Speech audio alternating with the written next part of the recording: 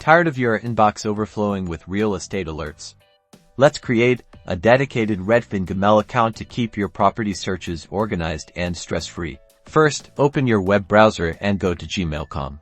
Now, look for the Create Account option, usually located below the sign-in fields, and click on it. Choose for My Personal Use to create your new account, unless you plan to use it for business related to Redfin. Enter your first and last name in the designated fields. This information helps personalize your new email address.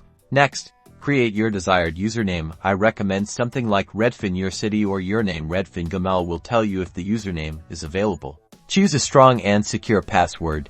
Use a combination of letters, numbers, and symbols. Re-enter to confirm. Add your phone number and a recovery email address. This is important for account recovery if you forget your password. Fill in your birthday and gender. This information is used for Google services. Review Google's privacy and terms. Scroll down and click I agree to proceed. And that's it. Your new Redfin Gmail account is ready. Now you can use this email address when you create a Redfin account or sign up for property alerts.